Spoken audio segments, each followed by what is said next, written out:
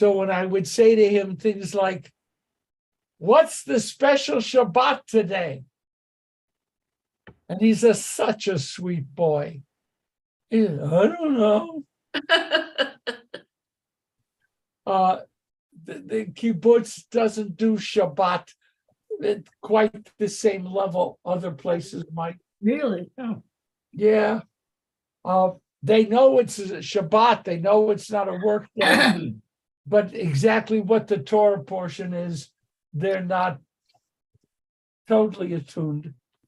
So I can say to this wonderful group, what's the special Shabbat today? Shabbat Shira. Shira. Shabbat Shira. Shabbat Shira. Shabbat Shira. And that's because today we read the Red Sea. Exodus chapter 15. 15. Exodus chapter 15. And I have it, Rishi, you're going to help me. I have it in the Plout on 438. And that's where we're going to be studying. Exodus chapter 15, the Plout 438, the women's commentary. Risa? Wait a minute. Wait a minute. Oh, here it is. 387. Thank you. 387. Okay, but now that we know that today is Shabbat Shira, What's the verse? verse 1. 1. Verse 1, chapter 15, verse 1. What is Monday? To Bishvat. No, Bishvat. To Bishvat. Bishvat. To Bishvat. The 15th day of Shabbat. It is the new year of trees. And how many new years are there in the Jewish calendar? 4. Thank you, Cindy, 4. Can you name one other? Rosh Rosh Hashanah. Hashanah. Oh, that's cheap, right? You asked. I asked. That's cheap. Donna. Well, my personal favorite is the New Year of the Cattle. New Year. I think that's the first of Elul.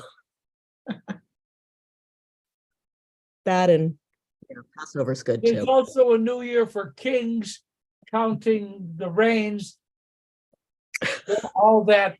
So this is a new year on Monday for trees. One of the things that I just find very interesting and I like and I recommend, we didn't do it. In Jewish mysticism and Kabbalistic literature, you're supposed to plant a tree when somebody is born. You're supposed to plant a tree. And that tree is to be carefully taken care of. And when that person is getting married, you cut down the tree and use it for the chuppah. Oh, really? Never I knew like- that. I like That's so beautiful. it is nice. I never did it, but even though I never did it, it's nice.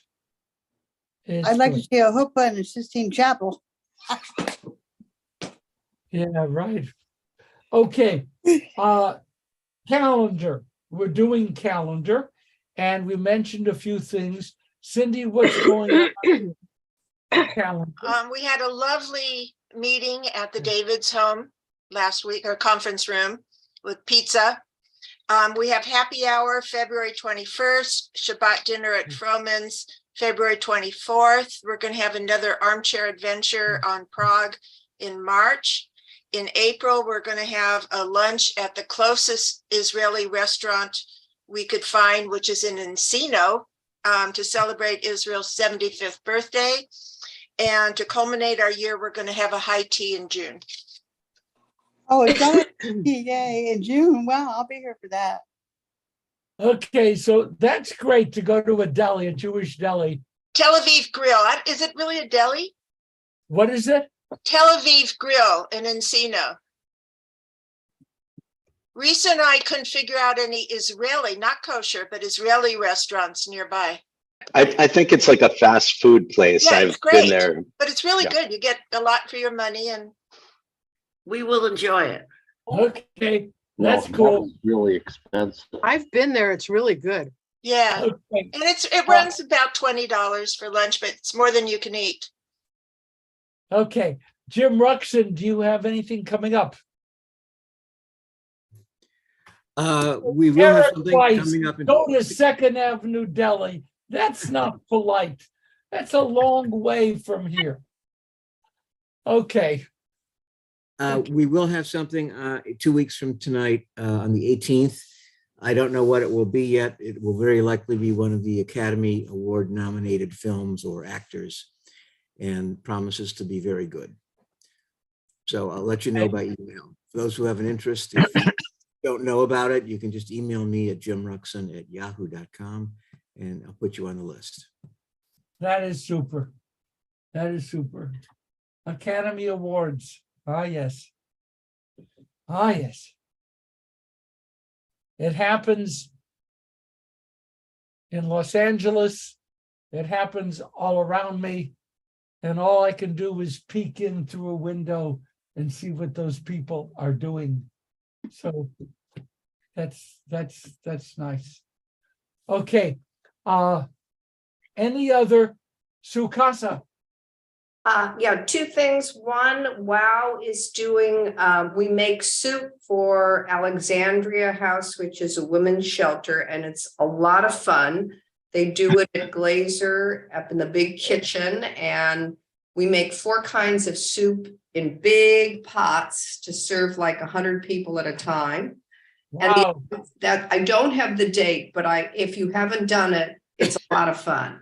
And the other thing coming up on March 22nd, Rabbi Emeritus Karen Fox, her father was an artist by hobby, avocation, and she's doing a tour of his art at the Holocaust Museum, March 22nd. And I happen to own some of his art.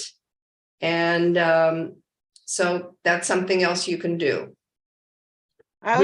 We were just there at the museum last weekend, and it's a fabulous exhibit. And there is a video of him speaking. I don't know who does the interviewing. And Yeah, we have some of his art that we bought for camp scholarships a couple of years ago. And it's so wonderful to be able to see it in person. Yeah, Risa and I went, I guess it was the opening Yes, of the exhibit at the art. It was, anyway, I'm sure Sukasa, it'll be a great event. The art is lovely. It's not a lot. No. But it also gives you a chance to wander through that museum, which is valuable. And I just heard that they're expanding it. And anyway, it's very nice. Anything else on the calendar? Anything else? Okay, what about, now we did mention Mara and Harv and their anniversary, so that's a checking in thing. Is there anything else checking in that's happening within your lives? I'm going away on holiday, but I'll be on Zoom with everybody. Okay, that's cool. I won't miss a beat. Howard?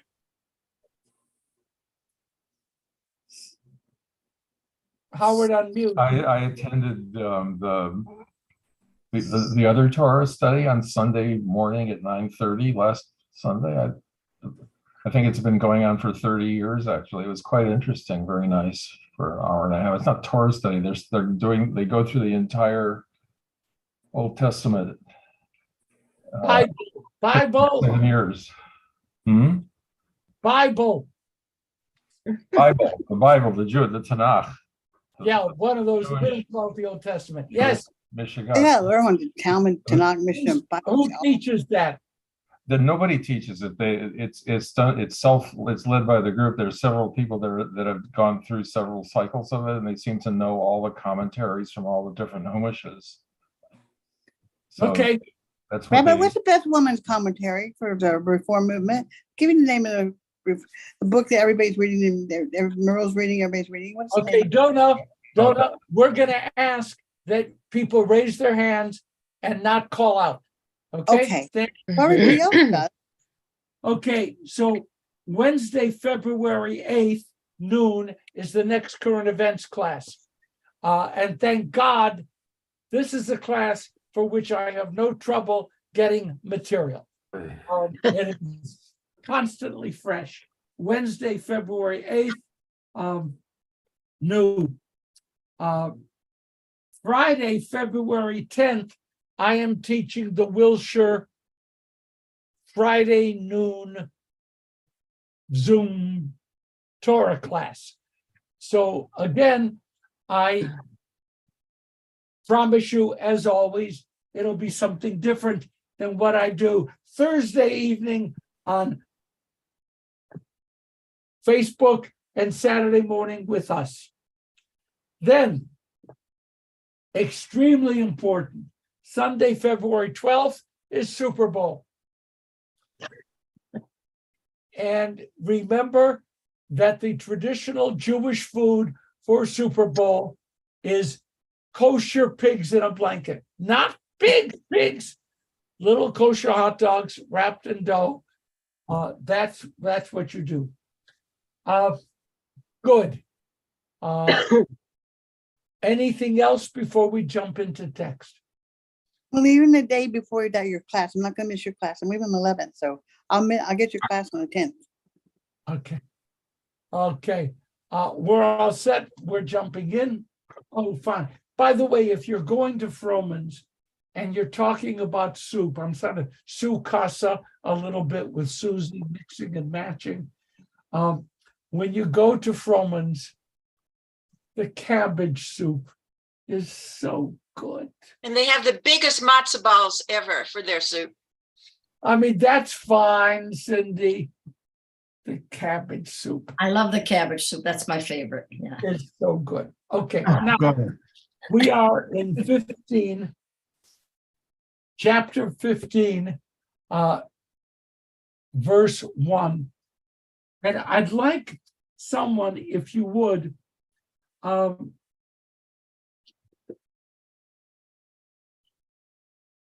let's see. The first 7 verses. Do I have an English reader of note? 7. Howard, you want to do that? try it. This is, I like to read it from the Robert Alter translation. Then did Moses sing, and all the Israelites with him, this song to the Lord. And they said, saying, let me sing unto the Lord, for he surged, horse and its rider, he hurled into the sea. My strength and my power is Yah. He became my deliverance. This is my God, I extol him. God of my fathers, I exalt him. The Lord is a man of war. The Lord is his name. Pharaoh's chariots and his force he pitched into the sea, and the pick of his captains were drowned in the reed sea. The depths did cover them over. Down they went into the deep like a stone. Your right hand, O Lord, is mighty in power. Your right hand, O Lord, smashes the enemy.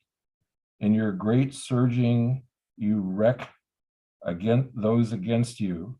You set forth your wrath. It consumes them like straw. Okay, so first of all, we notice that this is a love song from God to the world, right? No, not exactly. Not exactly at all. What do we know about the setting? This is Exodus chapter 15. What's the setting within which the Song of the Sea is recited? When we stand on the dry land. And we Please, we're raising our hands. I'm sorry, That's what we're going to be doing. Thank you very much. Merle? forgive me. Is it before the sea parts? They're standing at the sea, but it hasn't parted yet? Okay, but it says, as read, sing to the eternal, horse and rider has he hurled Ronan, into the sea. So you get the feeling that, it's already kind of happening. It's happening. Okay, setting. Give me some more setting for this Song of the Sea. Risa. They're standing on the safe side. They've crossed, and the I was going to say Philistines. The Egyptians have been murdered already, and that's enough, I guess. I was going to say, and God has not yet responded. Okay, I'm not going to correct much. Just everything. The Egyptians weren't murdered. Excuse me, they drowned. it drowns. They drowned. The net result is they're dead, and Yes. that's true. Now, so the Israelites are leaving Egypt. They get to the sea splits, they cross over, the Egyptians have been cast into the sea. Now, there is something which you wouldn't pick up by reading the English.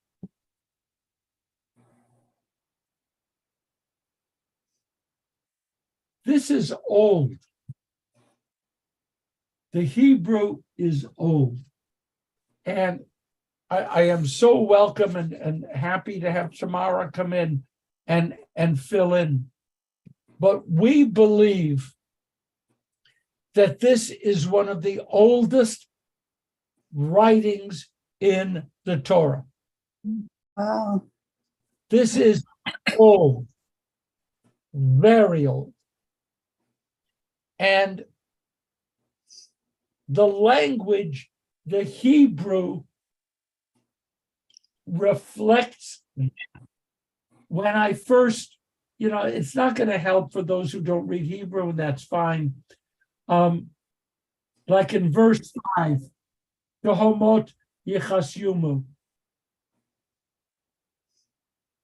That's not the way the Hebrew of the Torah normally would construct a verb.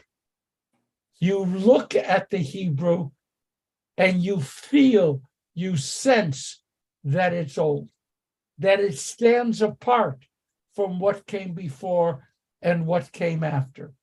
We're not going to go there, but to make this Shabbat Shiva, the Sabbath of the Song of the Sea, powerful, the Haftarah, the reading from the prophets, is from the book of Deborah. It's the Song of Deborah. These two huge ancient poems are read in tandem. Okay? Not only that, but the chant of the Song of the Sea is not the regular Torah chant. It has its own sound. So when you hear it chanted, you already know what it is. You do know that chants in the Torah, yeah, I know Steve has his hand up tomorrow. I'll get to him. I promise. But he's showing patience today. That sort of, that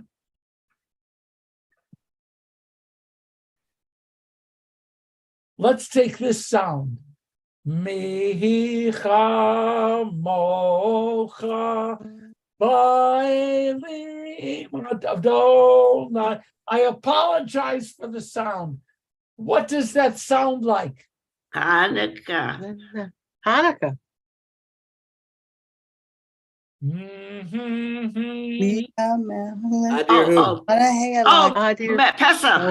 Pesach.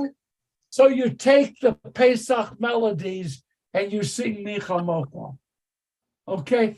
There are sounds that you don't have to be able to read or even understand. Instead of dear who, right? It's Micha. Mocha. They do this. There are sounds and melodies. And the more you love and enjoy being Jewish, the more these sounds become like going home. And it's lovely. So, Steve, before I get yelled at again, please. Yes, Steve. I just had one question because I never noticed this before.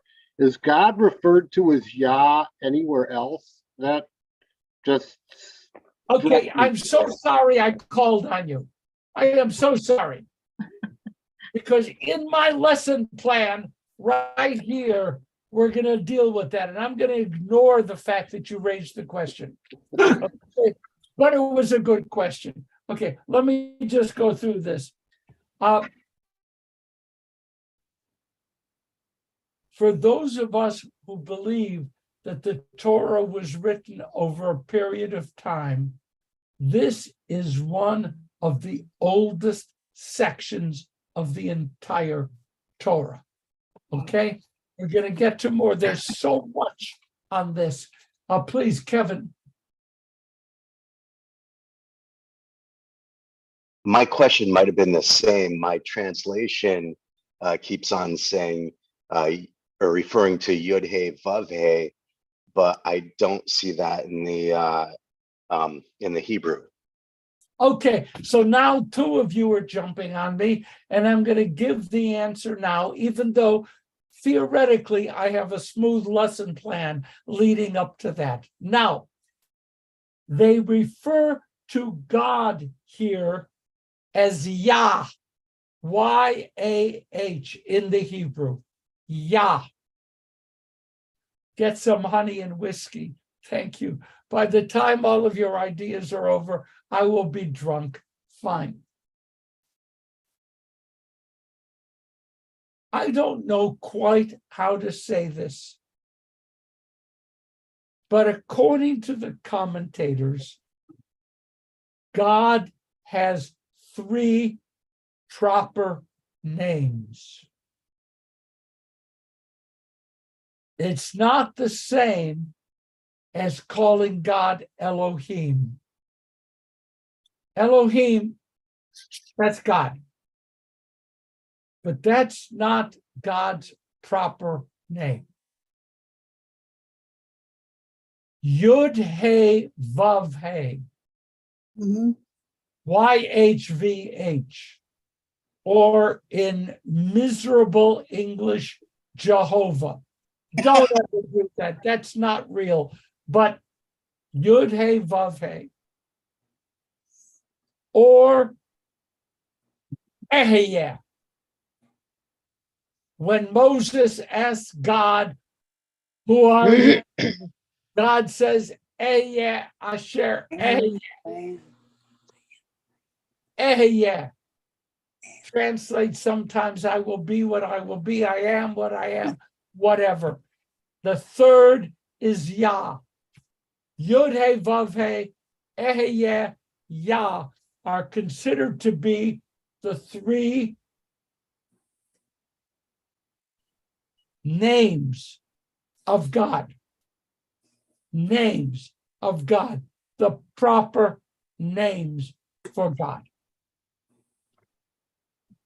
Risa. Tamara, why does the women's commentary use Adonai then? In the Hebrew and in the English? I don't know. The translation in the Torah commentary is not done by the. I know that, but the Hebrew is also Adonai. Yes, it has. Adonai is one of the ways that we pronounce. When we see God's name on the text, we don't say Yud He Vav He, we say Adonai. So in English, when you encounter the Hebrew that has God's name, out of respect and veneration for not pronouncing the name, goes it to Adonai, which translates as my Lord's. But here in the text, Risa, what we're looking at is Yud He Vav He, which like Yah, which like Ehiyah, is considered one of God's proper names. We don't pronounce Yud He Vav He. Right. Okay. And it is clear, and Tamara said this before, the women's commentary is not responsible for the translation. Right. Okay, that's important. I was Okay. trying to find Yah in the Hebrew, and that's where I was confused. Do you Okay. ever write Yah in Hebrew? Verse 2, word 3. I shall sing it for you. You asked for this. Ozi v'zim orata Yaha vayehi. Hayeli Yeshua. Third word, Risa, you sing it all the time. Ozi v'zim orata Zimara. Yah. Yeah. Yeah. Was it right? Yeah. Are you saying Yah, yes? Or are you Yes. saying Yeah. Yah? You sound like a Swedish Jew. Yeah. Okay. So I love it. this is just good stuff. Okay, now here we go. 15:1. Az Yashir Moshe. Thus did Moses and Israel sing Hashirah Hazot La Adonai Yod He Vav He. Vayomru Lemor, and they said, Ashira Ladonai ki ga'o ga'a. Sus farachvo ramavayam. Already we have trouble. Ashira Ladonai. Shabbat Shira. I'm going to sing. Ashira. I will sing, right? I will sing to Yud He Vav He ki ga'o ga'a. Tough to translate. It's there. How does it translate? I will sing to the eternal, for he, forget that, has triumphed gloriously. I'm not sure how they got that.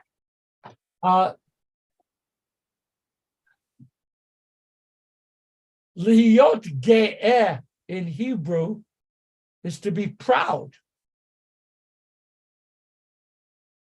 It's connected with LGBTQ plus the whole thing too. Pride, proud, ge'eh, that's the word that's used in Hebrew. And in modern Israel, when you are among those who are ge'im, you are among those who are part of the LGBTQ plus community. Okay? How did they get from I will sing unto God, he got ge'eh. Oh, folks, oh God, this is on LinkedIn. People are watching this. I am not saying the Torah is saying that God is gay. Please, I did not say that. Oh my God, no, I didn't say that. I have no problem saying that. But I did not intend that. I am saying, oh geez, I'm in trouble. It says that God is God. I quit. I'm going home. I'm in trouble. You are home. I'm still in trouble. I know somebody watching this on Zoom is going to send a letter in tomorrow. Resignation from Wilshire Boulevard. Stanley Davids called God gay. No, I am saying that the same word is used. I found a translation that doesn't help me at all. God is gloriously sublime. I don't know, Tamara, how would we translate ge'eh? I would translate it the way Alter does, the way Howard read it. The other few places where it's used, it refers to water going up. So it's to surge, to something going up, something moving upward. So I think Howard said for his surges. Surge, yeah. Yeah, I think that's literal, but it's still, I think that to triumph is a metaphorical sense of what it means to go up. But there's no really perfect translation of that. No, so this is something which we've sung for, thousands of years. The only problem is we can't translate it. You know what fits into that category? Would someone please give me a fixed translation for Shema Yisrael Adonai Eloheinu Adonai Echad?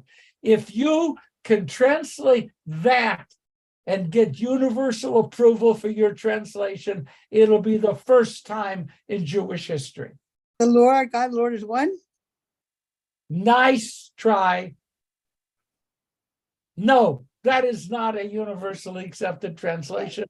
There are just things we do and we live with, and some of us giggle privately. Steve, you have a question? In talking about the names of God, where does Yud Yud come in? I'm going to suggest, and I'm waiting to be corrected because that's the story of my life. Yud Yud is probably a crushing of Yud Vav. Tomorrow, what do you think? Yud Hey Vav Hey. The Yud Yud could have been Yud Vav that shrunk. Steve, if that sounds unsatisfactory, that's what I intended. Yud Hey Vav Hey. It is probably a scribal transition. Yud Hey Vav Hey. So it's not like the Yah that we have here, which is deliberate. Correct. Correct. And I'm going to stick with tribal, a scribal slip where Yud Hey Vav Hey ends up as Yud Yud, but it should have been Yud Vav or whatever else they were doing. Okay? Okay. Donna? Oh, I'm Okay. Fine. Okay. So God is exalted. God is above. God is up there. Sus Baruchbo Ramavayam, easy enough. Horse and chariot has God cast into the sea. We're going with that.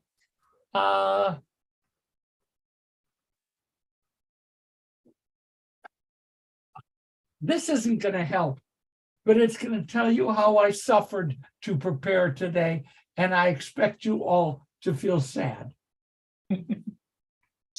We love you. You're so entertaining. It's just The amazing. language is old.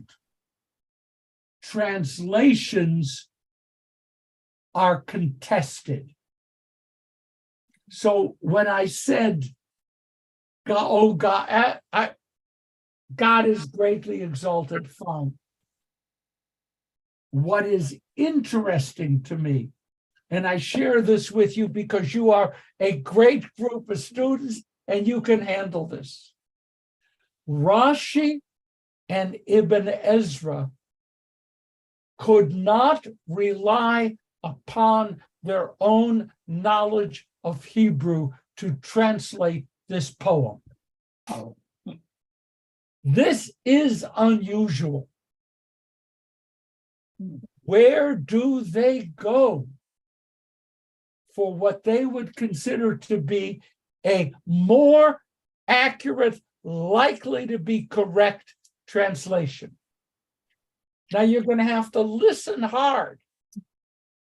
I am not saying Uncle Lewis. I am saying Onkelos. Onkelos. Onkelos.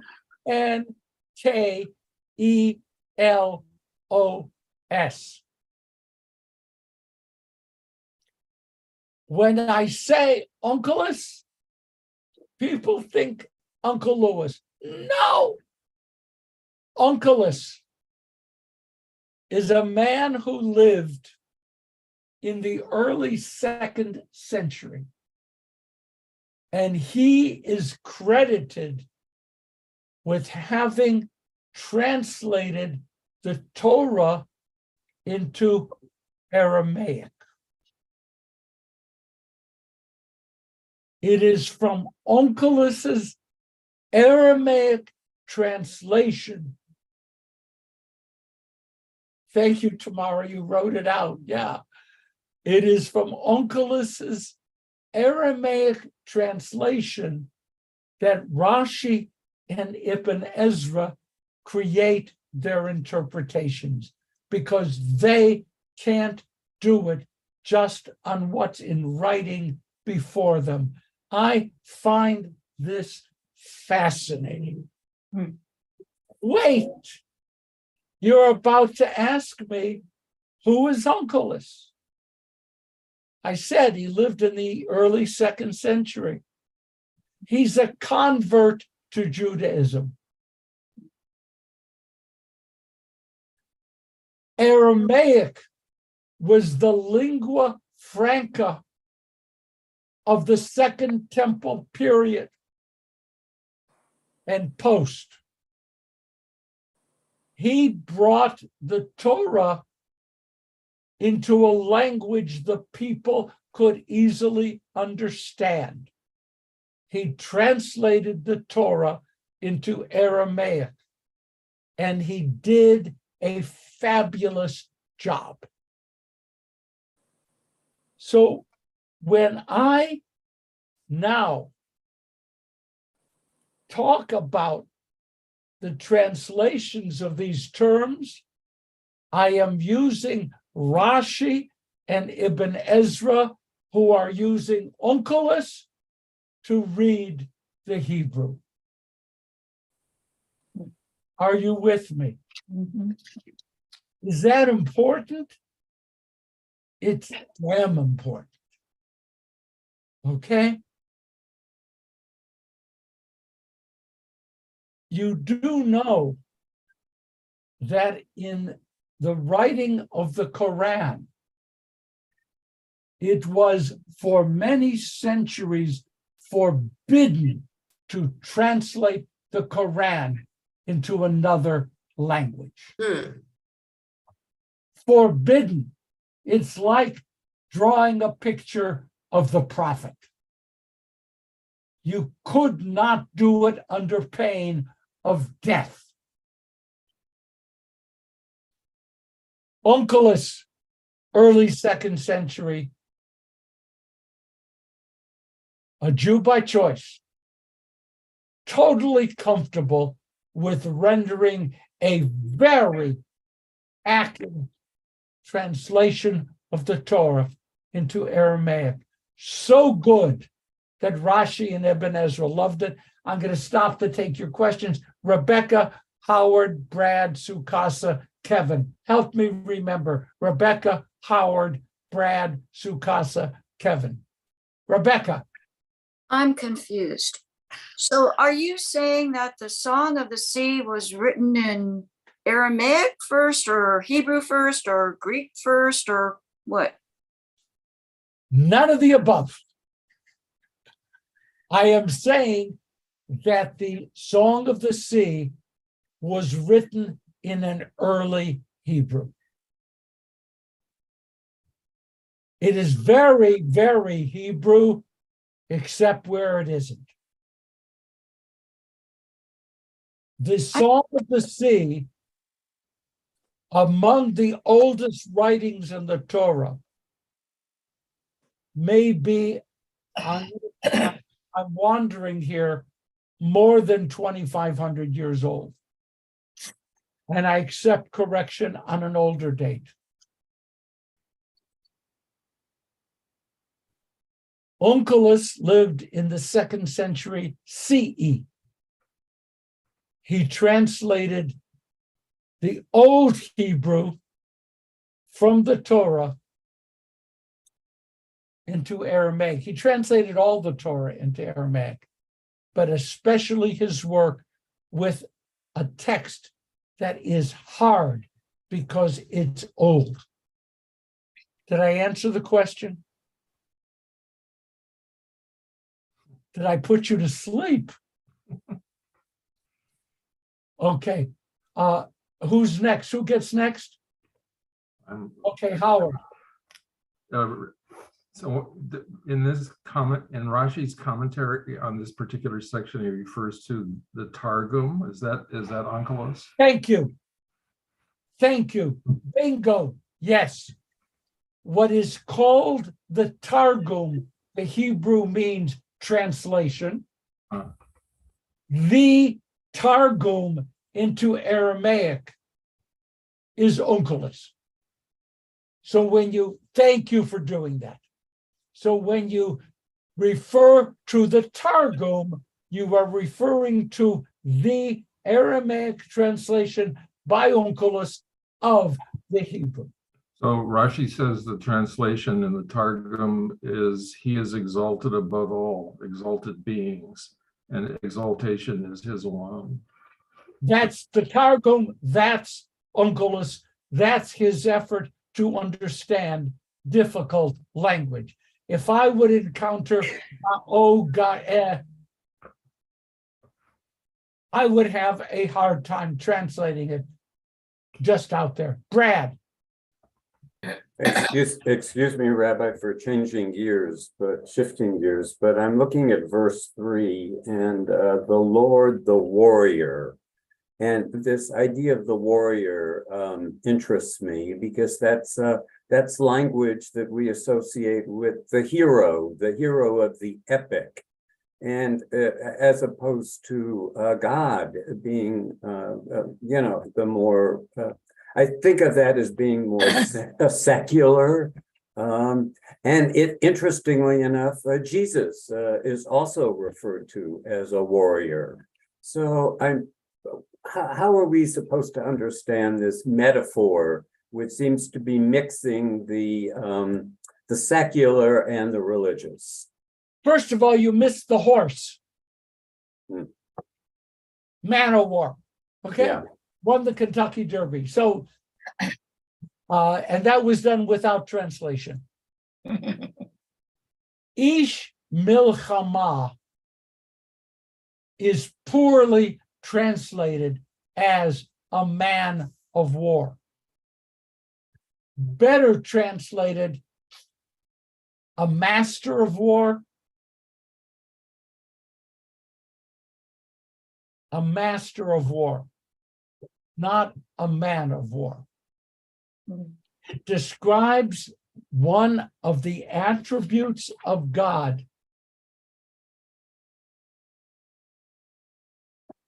What you raise, Brad, which you do beautifully so many times, is one of the problems in the text.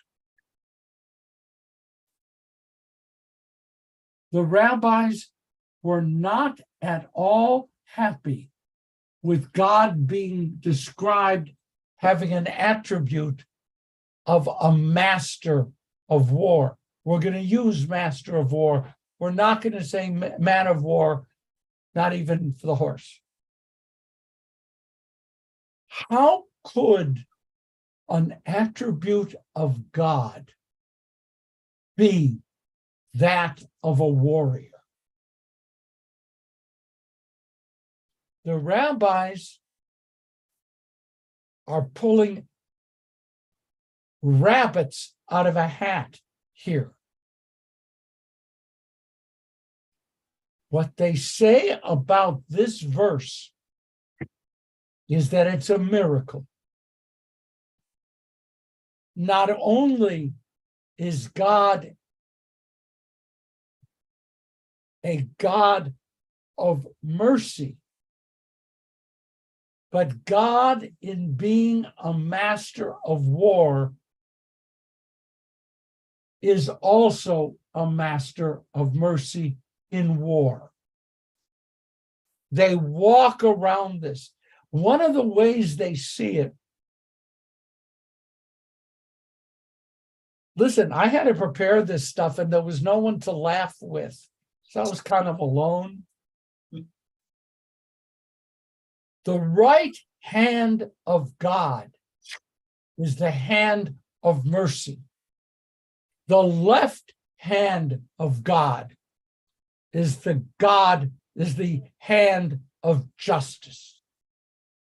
The rabbis say that when it comes time to warfare, our God has two right hands. I can't make this up. God is merciful in God's right-handedness, and when God has to go to war, God is right-handed in God's warriorness. If you understood what I just said, give yourselves a gold star. This is tough. The rabbis do not want God identified as one of God's attributes being warrior. But the text calls God a master of war. And the rabbis say, in a miraculous way, God even conducts warfare, the right hand of mercy. Tamara, please join.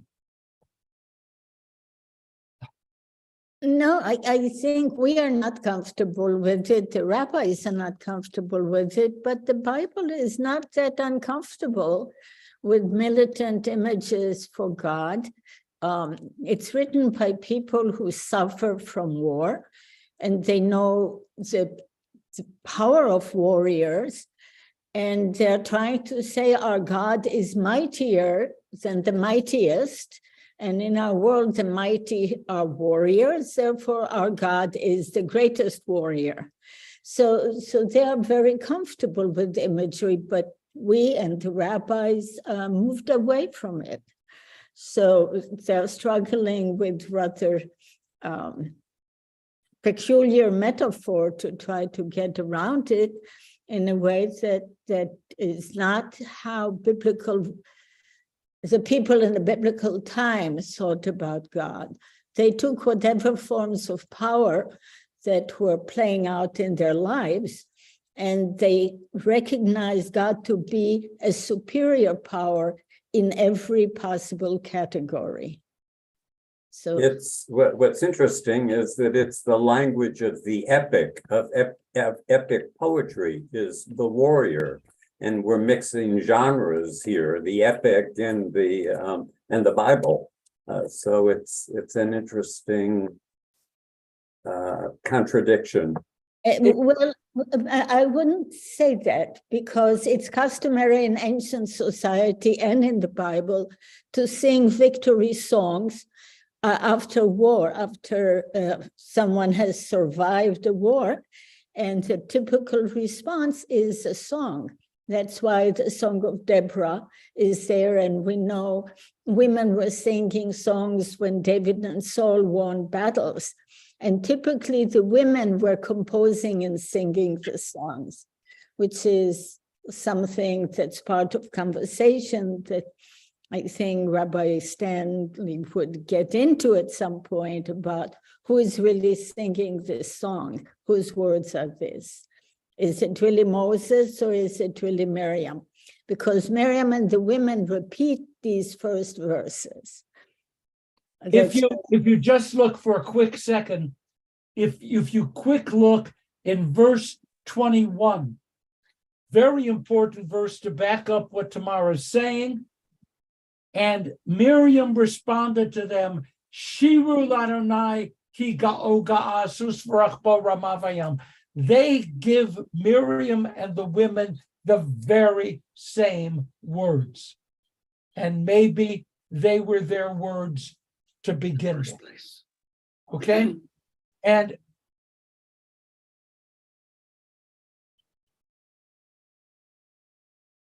you people bring such power. I want to answer all the questions, and I want to get through the next 20 verses, and I have a minute.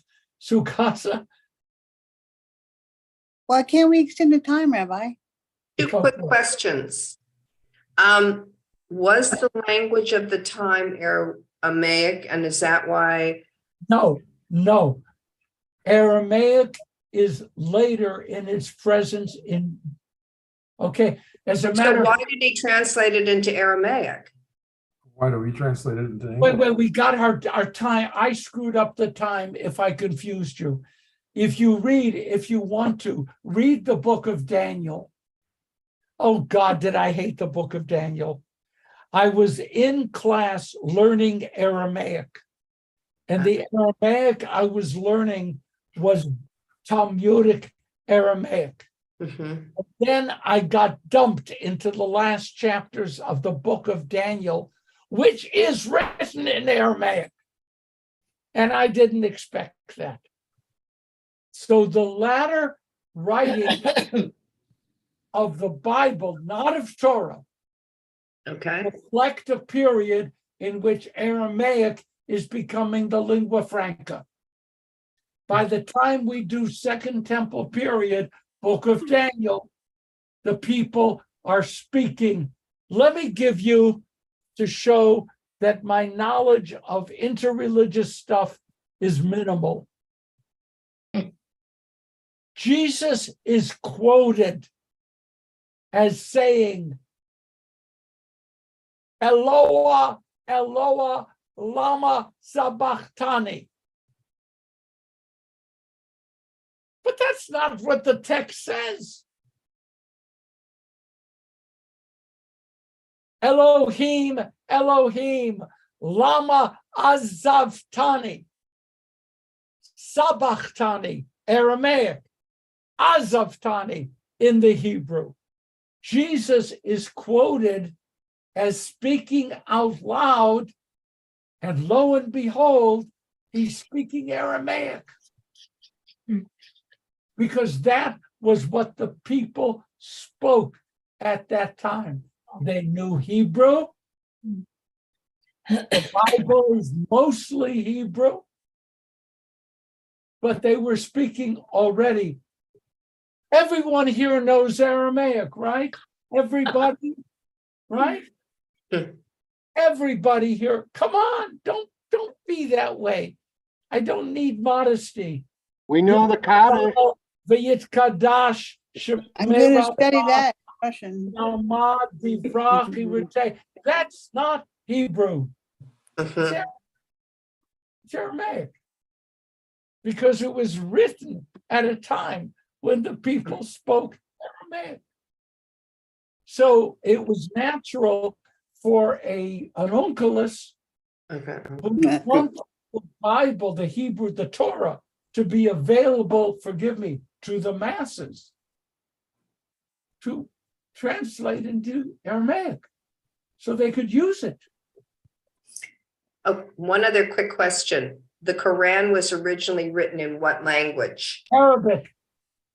Arabic. And are Can I interrupt, Aramaic please? related? No. Arabic, they're all Semitic languages. They are different, but there are levels of similarity. I don't know enough to comment. Can I interrupt, please, and add something and apologize for being late? Okay, but we're at 10:01. Please, 1 second. What do you have, Penina? Okay. I talked yesterday to a friend of mine who was in the Israeli army, and I asked him about borders and the road that they took to escape Egypt. And I felt like I had to contribute this today. So I'm apologizing for being late. So I'm going to tell you, they chose to leave. We're finishing. Okay, let me just do this. Let me finish my sentence. They went, the borders today are not the same that they were then. So I asked him, why did they take this route necessarily? You're out of order. Okay, it's I am really sorry, I was away given from- the time to Nina, tell. Rabbi was talking and we're almost done. I know, we love you and let the rabbi I was talk. given the right to talk. I cannot finish it. You finish it, but finish it. Okay, so the reason was that they took the longest way to go through the Red Sea while they still had another way to go to attract the Pharaoh's chariots to go that way after them, and knowing that the chariot is not going to make it. They could have taken a shorter way. So the idea was to draw them in there, to show them defeated, to support you just now, what you are saying, to show the Tamara, to show the superiority of God. But I was like totally at awe to learn the geography and the way that they chose the longest way to achieve that particular moment, to see the chariots drowning into that sea. That was the whole purpose, to draw them there. Thank you. And that's amazing. Thank you. Thank you very much. That's all. There's so much more good here.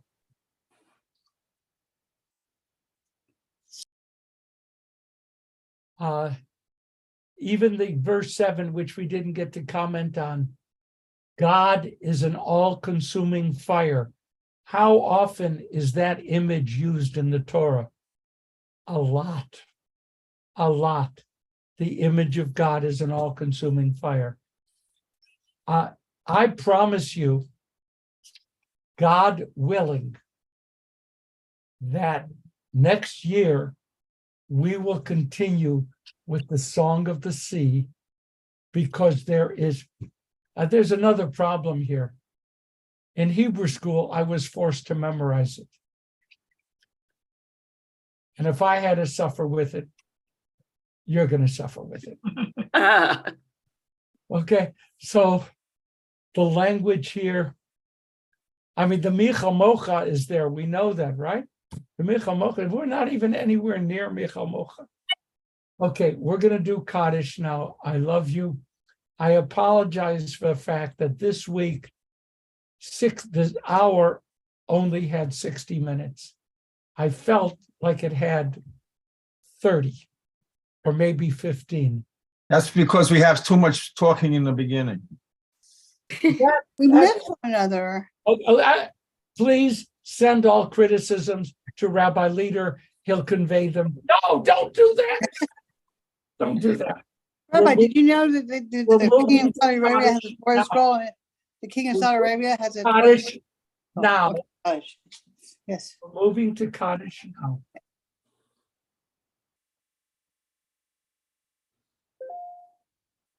We mentioned those who have passed away during the past month. Joel Alchul, Muriel Blankfort, Stuart Melvin, Joyce Olin, Micah Rakoch, Louis Rosen, Tamara Stoliarski, Martin Weitz. Yahrzeits that have occurred during this past week: Nasser Benayan, Eliana Barofine, Mary Berman, Benjamin Bloom, Paul Brock, Deborah Broner, Earl Bubar, Herman Berg, Henry Kleinig Kahn, Ruth Kaplan, Richard Shannon, Michael Chesler, David Cohn, Rhoda Dan, Gladys Davis, Harold Dunzis, Angela Doria, Robert Ehrman, Sheila Feldman, Sidney Fell, Hildy Ann Fell, Carl Freudenthal, Anne Glansrock, Eva Golden, Edward Goldfeder, Stephen Goldinger, Herbert Goldinger, Samuel Goodman, Belle Gordon, Sarah Gordon, Edith Guggenheim, Bess Gerner, Samuel Warner Halper, Werner Hirsch, Frank Hoffer, Boaz Hoppenstan, Willie Jacobson, Carol Janowski, Elizabeth J. Mahan, Marvin Kalin, Judith Caper, Vicky Karkomi, Bruno Katz, Louis Katz, Debbie Kaufman, Melvin Kimak, Jeremiah Kerner, Natalie Kaiser, Meyer Ben Natan Kakshuri, Edie Kirshner, Herbert Klein,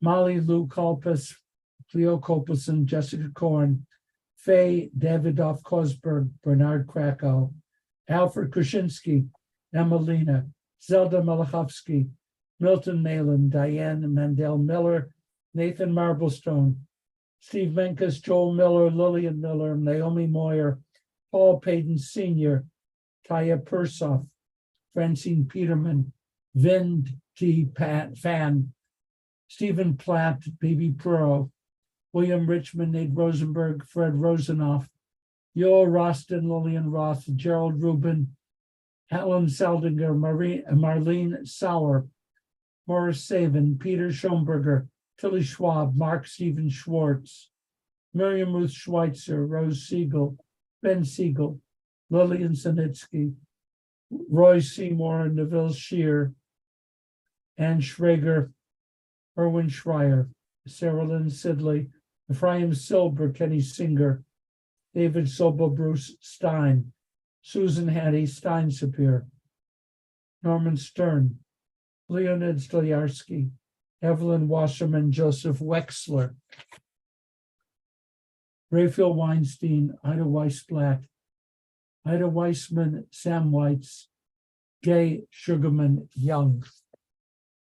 If there are names whom you are remembering today, I would ask that you speak those names aloud now. Lord Jacob Rothschild Mayer. We bear in mind as well the names of all those who died in defense of the United States, who died in the defense of Israel, who died through senseless acts of terror and horror, who have no one to say Kaddish for them. For all of them, we join in Kaddish. Yit Gadal, Kadash. Yemo. Alma, Ivra,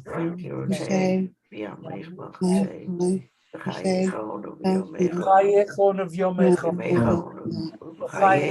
All baby Israel. Bagalah, Zman Karif, Amen. Shmei Rabba Barach, Le'olam, Le'olam, Yitbarach, Yishtabach, Yitbar, Yitramam, Yitnaseh, Yitadar,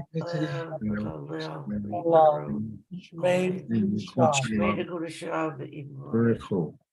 La'ela, mean called Birch, Brichata, Bashirata, Tushbachata, Benechamata, Daviron, Be'om, Amen. Amen. Shlama Rabba B'Shmaya. Shemaya B'chayim Aleinu, Be'al Yisrael, B'Imru, Amen. Amen. Oseh Shalom, B'Bramav, Uyasa Shalom. Aleinu, Be'al Yisrael, B'Imru, Amen. And may God, who makes peace in the high places, make peace in our hearts, make peace in our homes, make peace in the household of Israel, make peace among all the families and nations of earth. And let us say, Amen. Amen. Be well, everybody. Oh, hi, Mona. Hi. Thank you. Shabbat shalom. Shabbat shalom. And I didn't say hello to Marion Kaufman. Hi, Feel Marion. better, Rabbi, feel better. I was going to tell you that the King of Saudi Arabia got a Torah scroll for peace. I'm going to go and drink all the stuff you think I should. Honey and whiskey. I don't think I can do that. All right. Southern Comfort. Love you all, folks. Love you.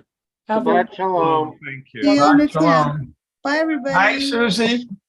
next week we'll finish. Next year we'll finish the Song of the Sea.